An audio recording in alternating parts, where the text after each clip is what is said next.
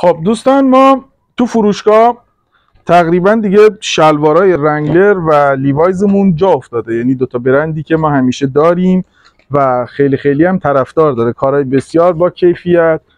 تمام این کارا دوستان پارچه هاش ترکه و دوخت صنعتی ایرانه. ما موقع فروش تاکید داریم این موضوع رو و همیشه میگیم به مشتریامون ببینید شلوار رنگلر اورجینال و کار وارداتی الان حداقل قیمتش 2,500,000 تومنه.